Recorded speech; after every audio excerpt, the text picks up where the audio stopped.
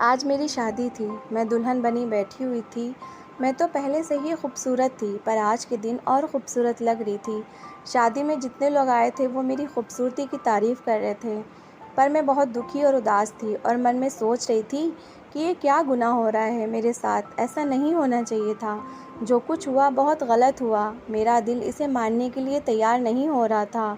जिस देवर को मैं अपना दोस्त मानती थी और वो मुझे अपनी भाभी समझता था और मेरे आगे पीछे भाभी भाभी कहकर घूमता फिरता था, आज वही देवर मेरा पति बन चुका था। हे भगवान! मैं तरुण का सामना कैसे कर सकती थी। मैं सुहाग की सेज पर बैठी हुई यही सब सोच रही थी, तभी अचानक दरवाजे पर दस्तक हुई। तरुण कमरे में आ चुका था। तरुण को अपने कमरे में आता हुआ देख मैं अपने आप में सिमट गई, मानो मेरा और तरुण का सामना पहली बार हो रहा हो। जिस देवर को मैं चिढ़ाते हुए नहीं थकती थी, आज वही देवर मेरा पति बन चुका था।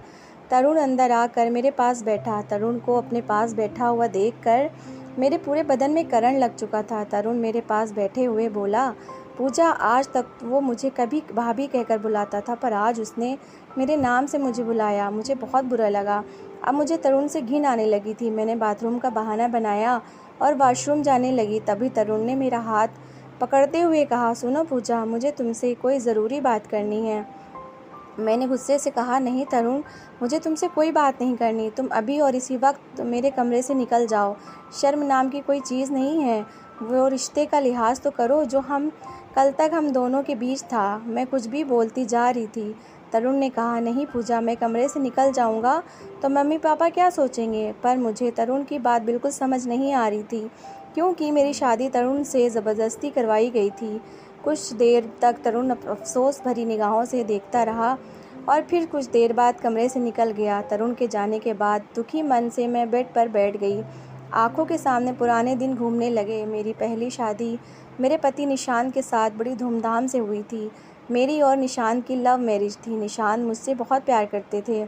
जितना प्यार निशांत मुझसे करते, उससे कई गुना प्यार मैं उनसे करती थी। जब मैं निशांत की दुल्हन बनी इस घर में आई थी तो साथ में मेरे सास ससुर, मेरा छोटा देवर तरुण, हम सब एक घर में रहते थे। मेरे सास ससुर मुझसे बहुत प्यार करते थे।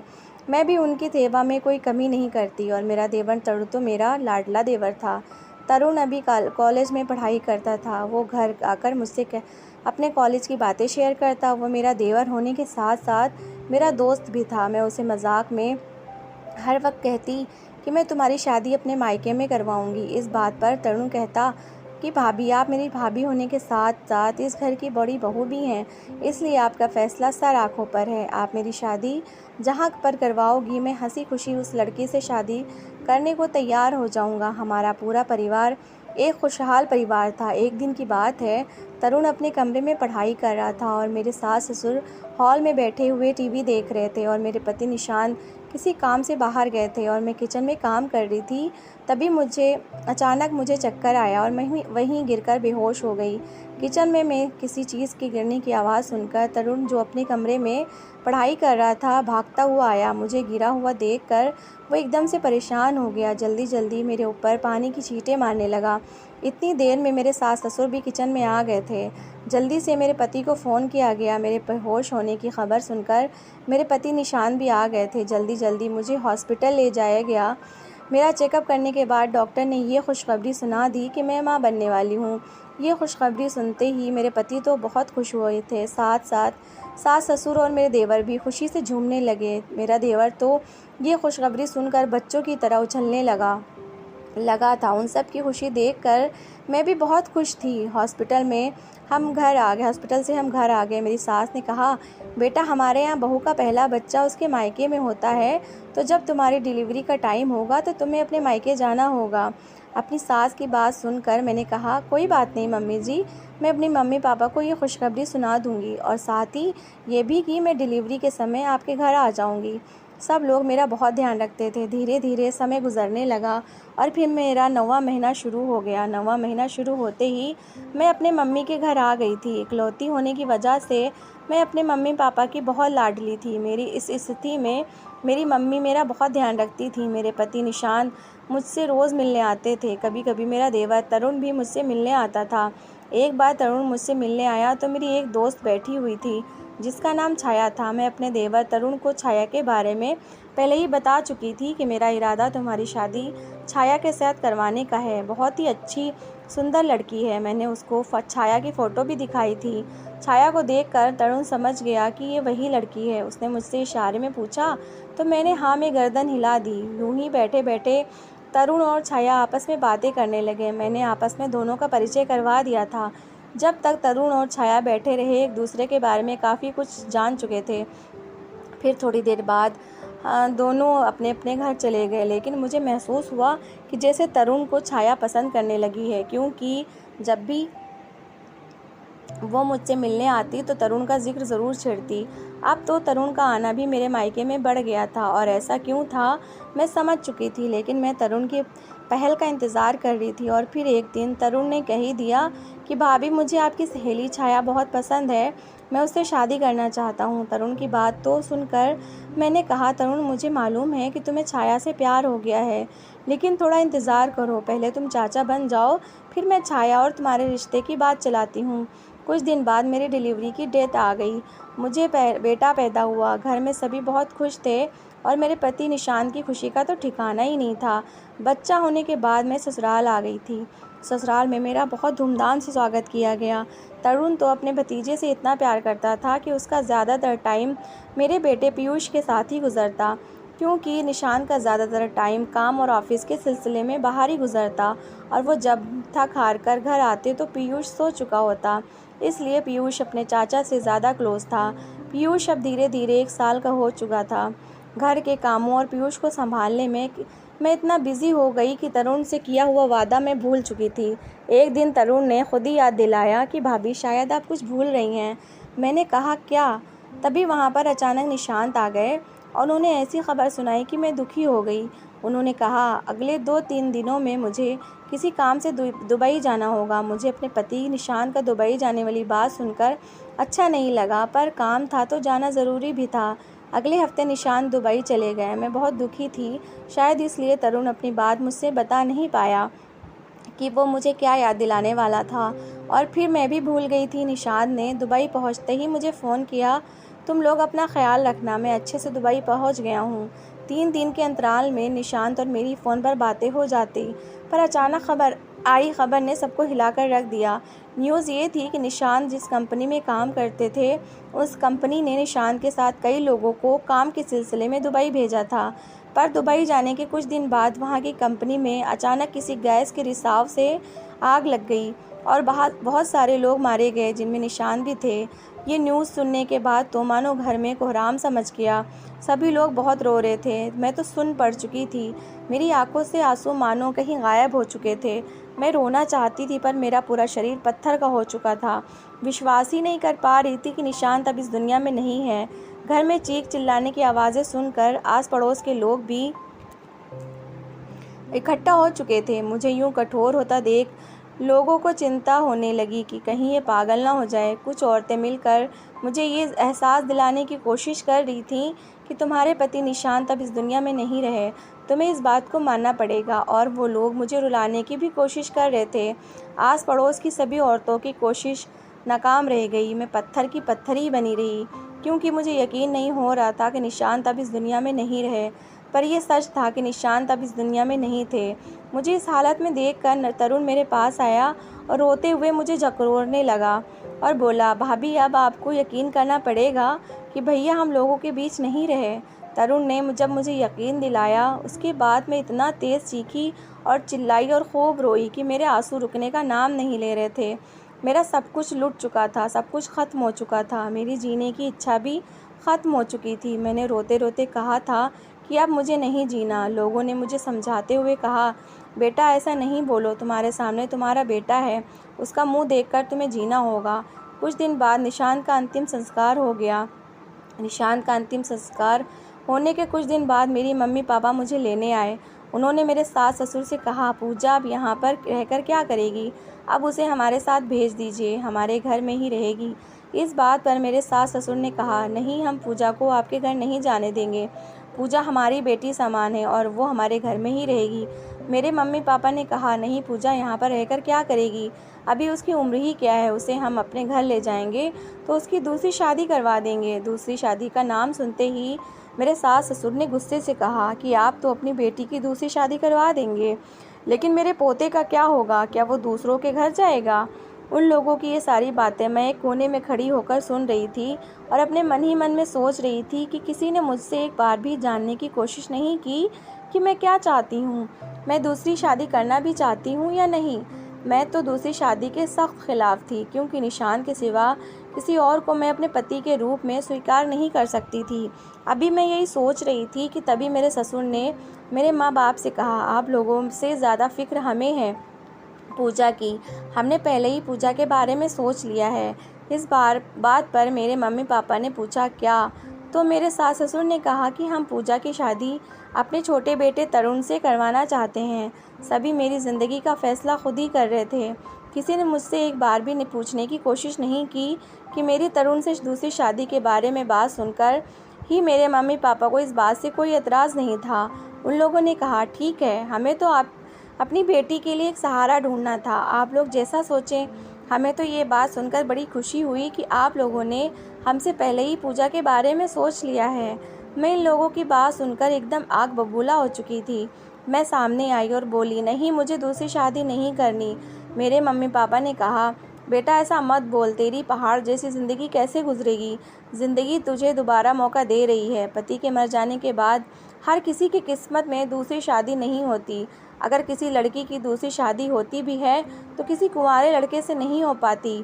तेरे सास ससुर तेरे बारे में इतना सोच रहे हैं, मैं तो उनका आभारी हूँ। तू भी शादी के लिए मान जा। लेकिन मैं ज़िद पर अड़ी रही कि मैंने दूसरी शादी नहीं करनी। तभी मेरे ससुर जी मेरे सामने हाथ जोड़कर खड़े हो गए और कहने लगे, बेटा, हम पीयूष के बिना नहीं रह पाएंगे। ये मेरे बेटे निशान की आखिरी निशानी है। आज नहीं तो कल अगर तू किसी कारणवश से दूसरी शादी कर लेगी तो मेरा पीयूष मेरे से दूर हो जाएगा। इसलिए बेटा, मैं तेरे सामने हाथ जोड़ रहा हूँ, तू तरुण से शादी करने को तैयार हो जा। मेरी दूसरी शादी करने की इच्छा बिल्कुल नहीं थी, पर घर वालों के दबाव की वजह से मैं मजबूरन तरुण से शादी करने को तैयार हो गई। मेरे सास ससुर ने पहले ही तरुण से इस बारे में बात कर ली थी। शायद तरुण मुझसे शादी करने को तैयार था। कुछ दिन बाद मेरी और तरुण की शादी हो गई। पुरानी बातों को याद करते करते कब सुबह हो गई थी पता ही नहीं चला। तरुण कब का कमरे में पड़े सोफे पर लेट कर सो चुका था। शादी होने के बाद तरुण मुझसे बात करने की वजह तलाश करता, पर मैं थी कि उसे इग्नोर कर रही थी, क्योंकि मैं उसे अपने पति के रूप में एक्सेप्ट नहीं कर पा रही थी। एक रात मैं अपने बेटे पीयूष को लेकर अपने कमरे में सोने गई, तभी अचानक तरुण आ गया और मुझसे माफ़ी मांगते हुए कहने लगा, पूजा, मेरी और तुम्हारी शादी बस एक मजबूरी है। मुझे तुमसे कोई और उम्मीद नहीं, बस मुझे तुमसे ये कहना था कि तुम मेरे बारे में अपनी राय गलत मत बनाओ। जैसे तुम्हें ये शादी करने को मजबूर किया गया था, वैसे ही मुझे भी मेरे मम्मी पापा ने मजबूर किया था। वैसे भी तो तुम मेरे घर की इज्जत हो, मैं तुम्हें किसी और के हाथों नहीं सौंप सकता था। और तुम्हारे मम्मी पापा तुम्हारी दूसरी शादी करने की ज़िद पकड़े हुए थे, इसलिए मैंने शादी के लिए हामी भर दी। और पीयूष के बिना तो हमारा पूरा परिवार ही टूट जाता, इसलिए मजबूरी में आकर मैंने तुमसे शादी करने की हामी भरी थी। तरुण के मुंह से ये सारी बातें सुनने के बाद मैंने तरुण से कहा, तरुण, मेरी शादी तुमसे हुई ज़रूर है, पर मैं तुम्हें अपने पति के रूप में स्वीकार नहीं कर पा रही हूँ, इसलिए मुझे तुमसे कुछ वक्त चाहिए। मुझे तरुण के ऊपर तरस आने लगा था। अचानक तरुण के मुंह से निकल गया, ठीक है भाभी, मुझे आपसे कोई शिकायत नहीं। मैंने हंसकर कहा, भाभी नहीं, पूजा। तरुण के चेहरे पर भी मुस्कुराहट आ गई और वो मेरे कमरे से चला गया। वक्त गुजर रहा था। ऐसे ही करते करते हमारी शादी को 8 से 10 महीने गुजर गए, पर तरुण ने मुझसे कभी कोई शिकायत नहीं की। लेकिन मेरा भी तो कोई फ़र्ज़ था उसके प्रति। आखिर मैं उसकी पत्नी जो बन चुकी थी, लेकिन मैं क्या करती। जब भी तरुण को देखती तो मेरे होठ सिल जाते। मैं उसे कुछ बोल ही नहीं पाती। मैं अपने कमरे में सोया करती थी और तरुण अपने कमरे में ही। मेरे सास ससुर को कुछ पता नहीं था, क्योंकि उनकी जल्दी सोने की आदत थी। सुबह उनके उठने से पहले ही उठ जाती थी। लेकिन कुछ ही दिनों से मैंने तरुण के रवैये में बदलाव महसूस किया था।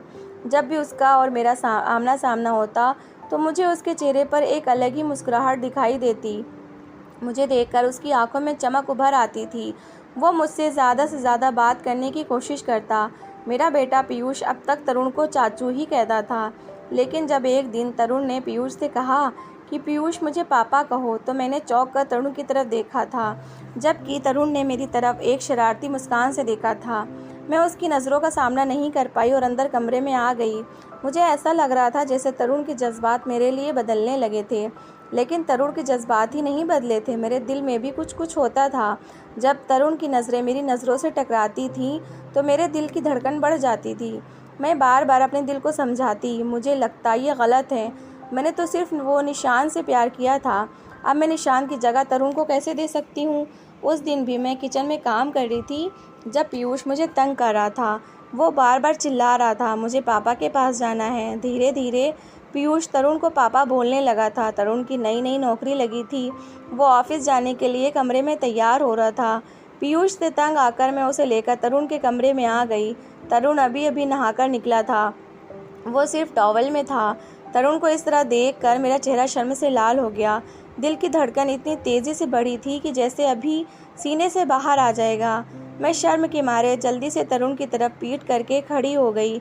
हालांकि यह पहला मौका नहीं था मैंने तरुण को इस तरह टॉवल में देखा था। पहले तो ऐसी कंडीशन में तरुण को देखकर मैं तरुण के साथ खूब मजाक करती थी। मैं तरुण से कहा करती थी कि तरुण, तुम्हारी बॉडी शॉडी देखकर तो ना जाने कितनी लड़कियां तुम पर मरती होंगी। और ये सच भी था, तरुण बहुत ही स्मार्ट था। मुझे देखकर तरुण ने शर्ट पहनना शुरू कर दिया था और शर्ट पहनते पहनते वो मेरे सामने आकर खड़ा हो गया।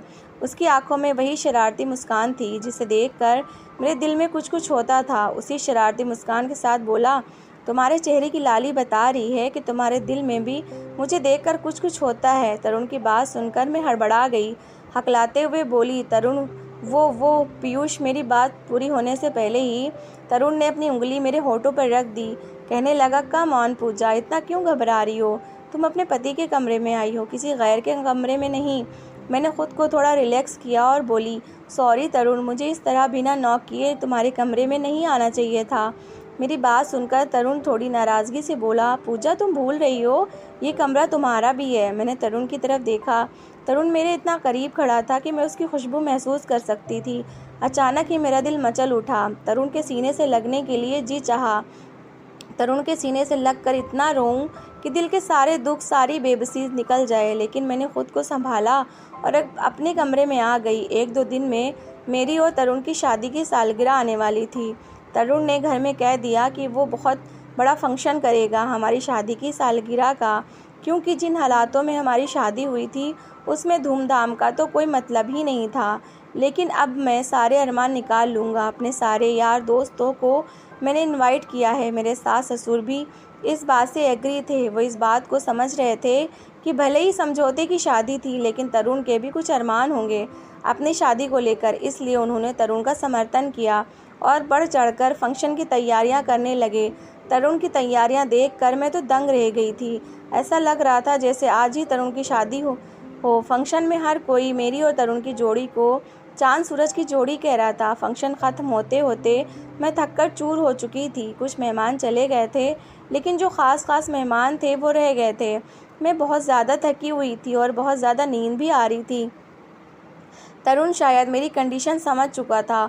उसने अपनी कज़िन सिस्टर को कुछ इशारा किया। थोड़ी देर में वो मेरे पास आई और कहने लगी, चलो भाभी, मैं आपको आपके कमरे में पहुंचा दूं। मैं तो इसी इंतज़ार में थी, फ़ौरन उसके साथ चल दी। मेहमानों को बैठा छोड़कर खुद से कमरे में जाने का मन नहीं कर रहा था। मेरी नंद शिखा ने मुझे तरुण के कमरे के गेट पर लाकर छोड़ दिया। बोली, भाभी आप बेफिक्र होकर आराम करें, बाहर का सब कुछ हम देख लेंगे। उसके चेहरे पर शरारत थी जिसे मैं समझ न सकी। खैर, मैंने अपना सर झटका और अंदर कमरे में आ गई। तरुण के कमरे में आराम करने के सिवा मेरे पास कोई दूसरा ऑप्शन नहीं था, क्योंकि अगर अपने रूम में जाती तो लोग बातें बनाना शुरू कर देते। लेकिन अंदर कमरे में कदम रखते ही मैं हैरान हो गई। पूरा कमरा सुहागरात के कमरे की तरह सजाया गया था। तरुण के इरादे जानकर मेरे दिल की धड़कन बढ़ गई। मैं धीरे धीरे चलते हुए सजे बेड पर आकर बैठ गई। दिल की अजीब ही हालत हो रही थी। खुद पर हैरत हो रही थी कि आज मुझे तरुण की इस हरकत पर गुस्सा नहीं आ रहा था। शायद तरुण के लिए मेरे दिल की में मोहब्बत का बीज पनप चुका था। निशांत मेरा अतीत था, लेकिन तरुण मेरा आज है। मैंने मुस्कुराते हुए आंखें बंद कर लीं। मैं तरुण के ख्यालों में ही गुम थी कि तभी दरवाज़ा खोलकर तरुण अंदर आया। अनायास ही मेरे दिल की धड़कनें बढ़ने लगी। जो हालत नई नवेली दुल्हन की सुहागरात में होती है, वही हालत मेरी थी। मैं जल्दी से संभल कर और सर झुकाकर बैठ गई। धीरे धीरे चलता हुआ तरुण मेरे पास आया और मेरे बराबर बेड पर बैठ गया। तरुण ने मेरे हाथों को अपने हाथों में ले लिया और बोला, पूजा, पता नहीं तुम्हें ये सब देखकर अच्छा लगा या नहीं, लेकिन मुझे लगता है कि अपनी ज़िंदगी के ये खूबसूरत दिन यूं ही बर्बाद नहीं करने चाहिए। पता नहीं पूजा, मुझे कब तुमसे मोहब्बत हो गई। तुम्हें देखना, तुमसे बात करना, तुम्हारे साथ रहना मुझे अच्छा लगने लगा। आई प्रॉमिस पूजा, मैं तुम्हें ज़िंदगी में इतनी खुशियाँ दूंगा कि तुम अपना सारा दुख भूल जाओगी। पूजा, तुम भी कुछ बोलो ना, तुम मेरे बारे में क्या सोचती हो? लेकिन मेरे मुंह से तो आवाज़ ही नहीं निकल रही थी। मुझे खामोश देखकर तरुण ने मेरी बात का कुछ और ही मतलब लिया। ठीक है पूजा, अगर तुम्हें ये सब पसंद नहीं आया तो मैं चला जाता हूँ, तुम आराम करो। तरुण जब उठकर जाने लगा तो अचानक ही मैंने उसका हाथ पकड़ लिया और बोली, नहीं तरुण, बहुत तड़पा लिया मैंने तुम्हें, अब और नहीं, मैं तुम्हें अपना पति स्वीकार करती हूँ। मेरी बात सुनकर तरुण खुशी से उछल पड़ा। खुशी से इतना उतावला हो गया कि उसने अचानक ही मुझे कसकर बाहों में भर लिया और तरुण की बाहों में समाकर मुझे जैसे दुनिया जहान का सुकून मिल गया था। अब किसी चीज़ की जगह नहीं थी ज़िंदगी में, अब चारों तरफ खुशियाँ ही खुशियाँ थीं। तो दोस्तों, कैसी लगी आपको मेरी कहानी? अगर कहानी अच्छी लगी है तो चैनल को सब्सक्राइब कर लीजिए, क्योंकि आने वाली कहानी बहुत ही अच्छी होंगी। और मेरी कहानी को ज़रूर लाइक करिएगा। मेरी कहानी को बहुत ज़्यादा प्यार देने के लिए आप लोगों का बहुत बहुत शुक्रिया।